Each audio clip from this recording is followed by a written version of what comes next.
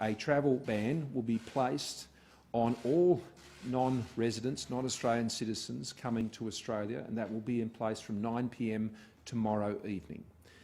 We have already seen a very significant reduction in the travel to Australia by non-citizens and residents. It's about a third of what it normally would be at this time of the year, and we've seen reductions even in the last few days when we put in place the bans which required people to self-isolate for 14 days. Now, for Australians, of course, they will be able to return, and they will be subject, as they already are, to 14-day isolation upon arrival back in Australia.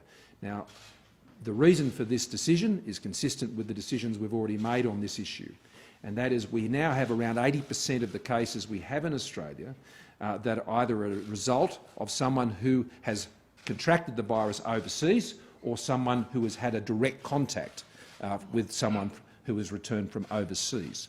So the overwhelming proportion of cases in Australia have been imported.